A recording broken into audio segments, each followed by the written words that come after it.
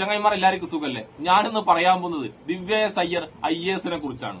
അവരിന്നൊരു പ്രസംഗത്തിൽ ഖുർആനെ കുറിച്ചും ജിഹാദിനെ കുറിച്ചൊക്കെ വളരെ മനോഹരമായിട്ട് പറഞ്ഞു വെക്കുന്നുണ്ട്.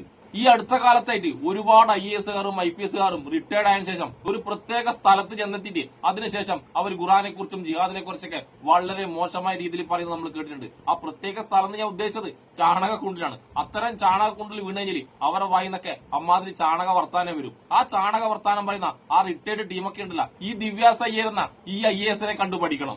അവരൊക്കെ കണ്ടുപഠിക്കണ്ട, ആ റിട്ടയർഡ് ടീമൊക്കെ കണ്ടുപഠിക്കണ്ട. ദിവ്യ എസ് അയ്യർ ഇന്ന് ജിഹാദിനെ കുറിച്ചും ഖുർആനെ കുറിച്ചും പറഞ്ഞ ആ മനോഹരമായ കാര്യങ്ങൾ കേട്ടിട്ട് വന്നാലോ? സമയം ഉണ്ടെങ്കിൽ നിങ്ങൾ എന്തായാലും ഇത് കേൾക്കണം.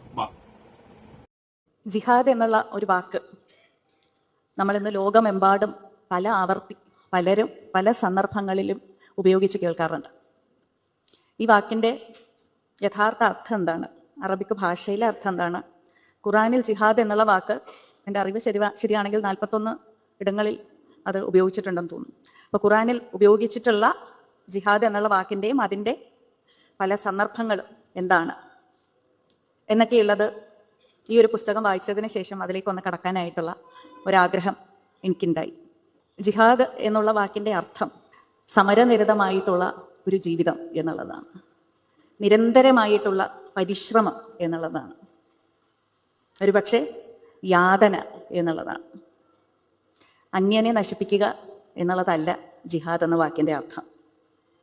തീവ്രപക്ഷത്തേക്ക് ചേരുക, അണിനിരക്കുക എന്നുള്ളതല്ല ജിഹാദ് എന്ന വാക്കിന്റെ അർത്ഥം.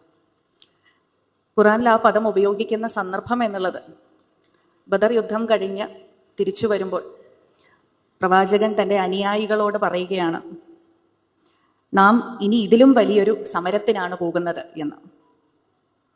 ബദർ യുദ്ധം കഴിഞ്ഞ് എല്ലാവരും ക്ഷീണിച്ച് തളർന്ന് ഒരു വലിയ യുദ്ധം ജയിച്ചതിന് ശേഷം തിരിച്ചു വന്നിരിക്കുകയാണ്. അപ്പോൾ പ്രവാചകൻ അനുയായികളോട് പറയുകയാണ്, നമ്മൾ ഇനി ഇതിലും വലിയൊരു സമരത്തിലേക്കാണ് പോകുന്നത് എന്ന്. അത് കേട്ടപ്പോൾ എല്ലാവരും ഇതിലും വലിയൊരു സമരമോ? ഇപ്പോൾ നമുക്ക് ആവശ്യം ഒരു വിശ്രമമാണ്. ഈ യുദ്ധം കഴിഞ്ഞ് തിരിച്ചു വന്നിരിക്കും, ഇതിലും വലിയൊരു സമരം എന്താണ് എന്ന ആശ്ചര്യത്തോടു കൂടി അവർ കേൾക്കുന്നു എന്നാണ് അതിൽ പറയുന്നത്. അതിന് നൽകുന്ന ഉത്തരം, അതെ, ഇതിലും വലിയൊരു സമരമാണ്. ആ സമരം നമ്മുടെ മനസ്സുകളോടാണ്, സ്വന്തം ദേഹ ഇച്ഛകളോടാണ് എന്നാണ് പറയുന്നത്. നമ്മുടെ മനസ്സുകളോടാണ്, സ്വന്തം ദേഹ ഇച്ഛകളോടാണ്, നന്മയിൽ നിന്നും നമ്മെ തടയുന്ന ദുരാഗ്രഹങ്ങളോടാണ് ആ സമരം നമ്മൾ ചെയ്യേണ്ടത് എന്നുള്ളതാണ്.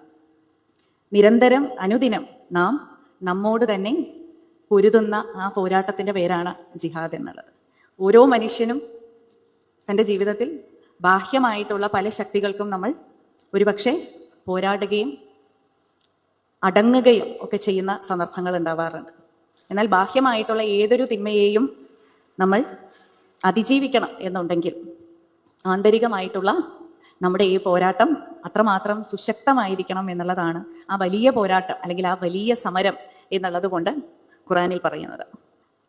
അൽ ജിഹാദ് അൽ അഷ്ഗർ, അൽ ജിഹാദ് അൽ അക്ബർ എന്നുള്ളത്. അൽ അക്ബർ എന്നുള്ളത് ദി ഗ്രേറ്റർ ജിഹാദ് എന്നുള്ള അർത്ഥത്തിലാണ് അതിൽ സൂചിപ്പിക്കുന്നത്. ആ ഒരു ദി ഗ്രേറ്റർ ജിഹാദ് എന്നുള്ളത് നാം നമ്മുടെ തന്നെ ആന്തരികമായിട്ടുള്ള പിശാചുക്കളെ എങ്ങനെയാണ് അതിജീവിക്കുന്നത് എന്നുള്ളതിനായി വഴിതെളിക്കുകയാണ് യഥാർത്ഥത്തിൽ ഓരോ മതവും ചെയ്യുന്നത്. എല്ലാ മതങ്ങളും നമ്മൾ അടിസ്ഥാനപരമായി നോക്കിയാൽ എല്ലാ മതങ്ങളും നമുക്ക് പറഞ്ഞു തരുന്നത് 2 കാര്യങ്ങളാണ്. എങ്ങനെയാണ് മനുഷ്യൻ തിന്മയെ അതിജീവിക്കേണ്ടത് എന്നുള്ളത്. മഹാഭാരതം എടുത്താലും രാമായണം എടുത്താലും ബുദ്ധമതം എടുത്താലും ജൈനമതം എടുത്താലും ക്രിസ്ത്യാനം എടുത്താലും ഇസ്ലാം മതം എടുത്താലും എല്ലാം ഒന്ന്, തിന്മയെ എങ്ങനെയാണ് അതിജീവിക്കേണ്ടത് എന്നുള്ളത്. 2, യാതനകളെ എങ്ങനെയാണ് നേരിടേണ്ടത് എന്നുള്ളത്.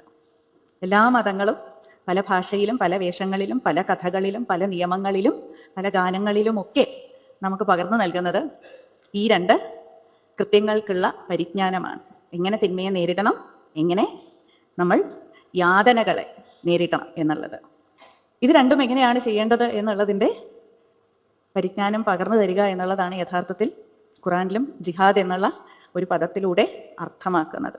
വിവരമില്ലാത്ത ചാണക സംഖ്യകളെ, ഇതൊക്കെയാണ് ജിഹാദ് എന്ന വാക്കിന്റെ അർത്ഥം. ഇടക്കെങ്കിലും ഉണ്ടല്ല വിദ്യാഭ്യാസത്തിന്റെ കൂടെ തലയിൽ വിവരമുള്ള ആൾക്കാർ പറയുന്നതും കൂടി കേൾക്കണം കേട്ടാ. അത് നിങ്ങൾക്ക് മുസ്ലിമിന്റെ പറയുന്നത് കേൾക്കാൻ ഇഷ്ടമല്ലെങ്കിൽ ഹിന്ദുക്കളും ക്രൈസ്തവരും നല്ല വിവരമുള്ള ഖുറാനെ കുറിച്ചൊക്കെ നല്ല വിവരമുള്ള ആൾക്കാർ കൃത്യമായി പറഞ്ഞു വെക്കുന്നുണ്ട്. അതൊക്കെ ഒന്ന് കേൾക്കണം. അഥവാ അങ്ങനെ എങ്ങനെ നിങ്ങൾ കേട്ടാലുണ്ടല്ല ചിലപ്പോൾ നിങ്ങൾ നന്നായി പോകും. അങ്ങനെ നന്നായിട്ട് നിങ്ങൾ വീണ്ടും നല്ല മനുഷ്യന്മാരങ്ങനെ ആയിപ്പോയിട്ടുണ്ടെങ്കിലോ ബൈ ചാൻസ് അങ്ങനെ സംഭവിക്കാനും ചാൻസ് ഉണ്ട്. അല്ലാതെ വിദ്യാഭ്യാസം മാത്രം ഉണ്ടായിട്ട് വിവരം എന്ന് പറഞ്ഞ തൊട്ട് തീണ്ടിയിട്ടില്ലാതെ കുറെ റിട്ടയർഡ് ടീമിന്റെ വർത്താനം കിട്ടുകഴിഞ്ഞാല് നിങ്ങൾ ഒരിക്കലും നന്നാവില്ല. നിങ്ങളും ആ ചാണകം കൊണ്ട് തന്നെ നാറി അങ്ങ് ജീവിക്കുള്ളൂ. പിന്നെ ചാണകങ്ങളെ, നിങ്ങൾ ഒരാൾക്ക് സ്നേഹം കൊടുത്തെങ്കിൽ നിങ്ങൾക്ക് തിരിച്ച് സ്നേഹം കിട്ടും. നിങ്ങൾ ഒരാൾക്ക് ബഹുമാനം കൊടുത്തെങ്കിൽ തിരിച്ചും ബഹുമാനം കിട്ടും. അല്ലാതെ നിങ്ങൾ വെറുപ്പും വിദ്വേഷമാണ് ഒരാൾക്ക് കൊടുക്കുന്നതെങ്കിൽ നിങ്ങൾക്ക് തിരിച്ചും ആ വെറുപ്പും വിദ്വേഷവും മാത്രമേ കിട്ടൂ. പിന്നെ ഒരു കാര്യം, നിങ്ങൾ ഇതൊക്കെ കഷ്ടപ്പെട്ട് കേട്ടിട്ട് അങ്ങനെ അങ്ങ് നന്നാന്ന് കിട്ടട്ടാ. അങ്ങനെ ഒരുപാട് കഷ്ടപ്പെട്ടിട്ടൊന്നും നിങ്ങൾ നന്നാണെന്ന് നമുക്ക് യാതൊരു താല്പര്യമില്ല. കാരണം നിങ്ങളെപ്പോലത്തെ കുറച്ച് തിന്മയുണ്ടെങ്കിലല്ലേ നന്മ എന്താണെന്നും നന്മയുടെ വില എന്താണെന്നും വരും തലമുറയൊക്കെ മനസ്സിലാക്കൂ. എന്നാൽ എത്ര മനോഹരമായിട്ടാണ് ദിവ്യ സയ്യർ ചുരുങ്ങിയ സമയം കൊണ്ട് ഖുറാനെ കുറിച്ചും ജിഹാദിനെ കുറിച്ചൊക്കെ പറഞ്ഞു വെച്ചത്.